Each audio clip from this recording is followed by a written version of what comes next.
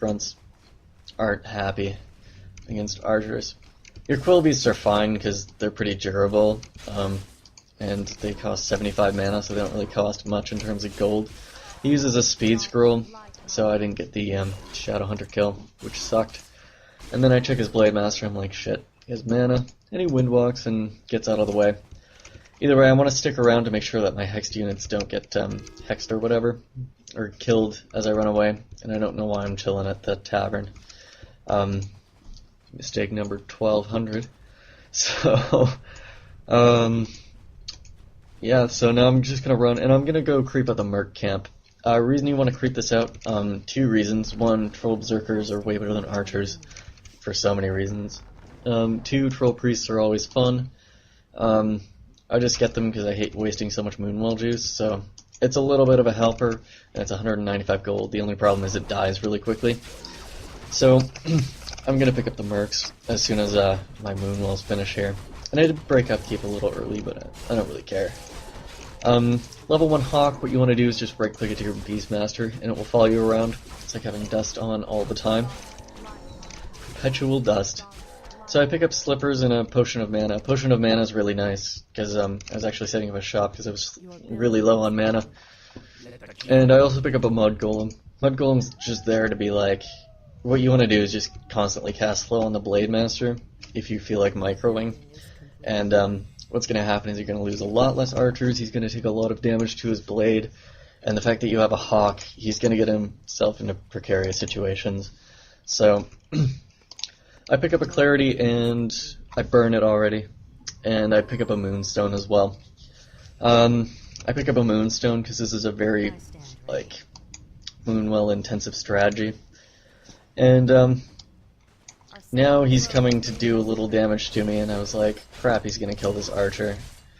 So I micro it, and I get some slow off, and I'm just gonna do a lot more damage to the blade. I notice he has a potion of healing, but you still want to force him to burn it. And I made him burn it, and then went, hey, your Shadowhunter's here. And I notice he's level 2, which means he hasn't done a great job creeping. And, I mean, if he had a Shadowhunter level 3, and he actually used a brain and got a Spirit Lodge, he would be in a better position right now. Because really what you want to do is sort of an undead strategy, which is basically where you mix in Troll Berserkers as well as Raiders. I mean, you don't want to get the Grunt content, because Grunts are pretty much just there to take damage. So you sort of want to get some Raiders with a couple Spirit Walkers so you can heal your stuff. Now at this point I realize he has Raiders, and he's probably going after my Expo. So I repositioned this way. That's just smart play. I mean, I wasn't going to chase him all the way to his base, and what was going to happen was he was going to make it to my Expo a little faster than I was. He's got Raiders, so he could probably take it down fairly quickly. So I realize I'm at 75 food. He's probably just broken upkeep or something, because he really doesn't have that much. So I decided to fight this. And my archers are still catching up, and you'll notice that the Blade Master already burns an invulnerability potion. And my Beastmaster's in a situation. So I tried a town portal, but it died. His Blade Master's gonna die instead, though, so that worked out well. And then I'm just gonna revive my Beastmaster at the tavern here, as soon as that archer makes her way. So I decide he's got a slow Wind Rider. I can probably catch up to it and kill it, and I can probably take care of his grunts. And there I go for sort of a surround and fail. And I'm going to head to the shop and sell, I think, a Gloves of Haste and the Slippers. I know I sell the Slippers for sure. And I think I sell a Gloves just so I can get room. Yeah, see, I lose the Troll Priest. That sucked. And now I've got kind of the ideal item situation. I got a Potion of Invulnerability and a Scroll of Healing. And if I really actually felt threatened that his army could take me right now, I would get a Scroll of Protection as well. Reason number 2 why you get a Lodge. Oh, my archer lived. Oh, it died. Okay. So I'm gonna... Oh, no, I managed to micro that one back. That's good. So at this point I realize he's going for my Expo, and I have a main, so here I'm gonna go straight for his main and start taking it out. I also check eventually to see if his heroes have a Scroll of Town Portal, just to know whether I can burn mine or not. I do know I check eventually. And I just repair my main. It's no big deal. I don't really care what I lose here. I'm just gonna kill his main and kill his burrows, and then I've basically won. Because A, his army can't take me out in the open right now, and B, I have money, and he won't. So I take out his burrows as well. Let's see how much money he has. 179 gold. So yeah, he's pretty much toast money-wise for the game. And this is why you always want to keep a Scroll of Town portal against Beastmaster hunts, because yeah, you sort of have the same mobility, but remember they can do the same gay crap that you can, in terms of right-clicking the main and leaving. So, I kill the last burrow and I kill some peons. I have level 4, and I decide to town portal back. I'm gonna lose this Ancient of War, I think, which sucked, but no big deal. I figure he's screwed, so... Now, for some reason he loses his blade again. That's just sloppy play, because he had Healing Wave and, like, a Scroll of Healing. But there's really not much he can do at this point. I mean... Oh, that's weird. I have an archer right-clicking some peons at his gold mine. I must have run it there sometime during the game. Anyways, that's pretty much how you operate Beastmaster hunts. And the whole pivot is... Like, once you get the expo, you've won, pretty much. I've never lost when I've gotten the expo up.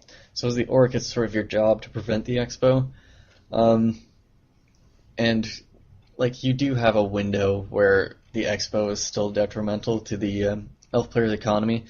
So if it's up for more than, like, 2 minutes, then you've pretty much lost as the orc. Things he should have done. He should have corrupted his Shadow Hunter to level 3 and actually gotten the Spirit Lodge. Even if you're not going to get too many Spirit Walkers, they do help. I mean, if you can Spirit Link your Wind Riders, that helps loads against volleys of archers. Plus, you can dischant Scrolls of Protection and Quill Beasts, so that's always nice to do. And basically, here's how you want to set up your skills as your Beastmaster for Elf.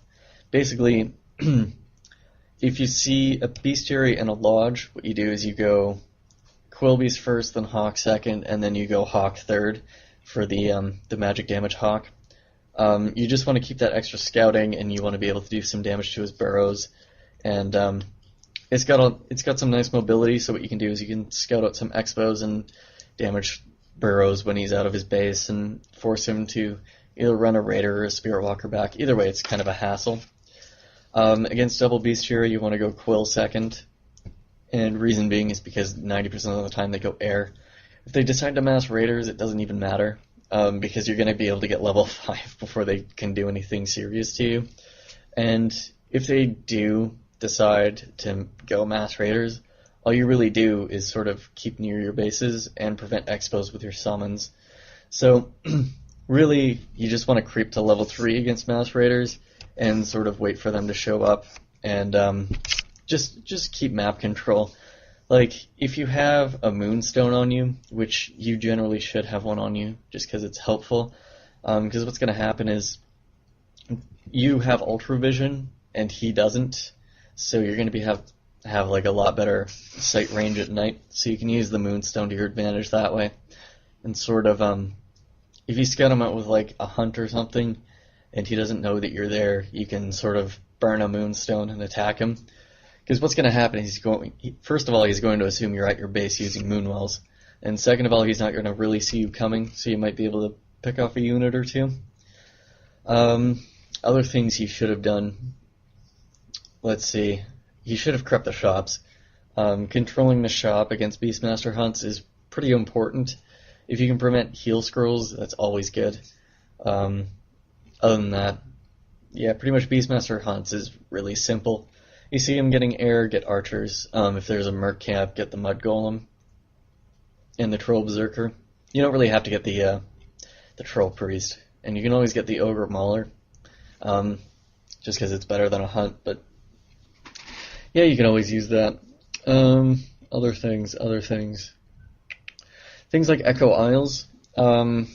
Generally, some players are actually going to have a peon patrolling spots where you can pre-build your expo, and then what you do is you just build it somewhere else. Don't build it in scouting range, because the Blade Master is going to come and kill it. That's pretty much it. So, yeah, so that's the end of this audio, and I guess I'll see you guys later.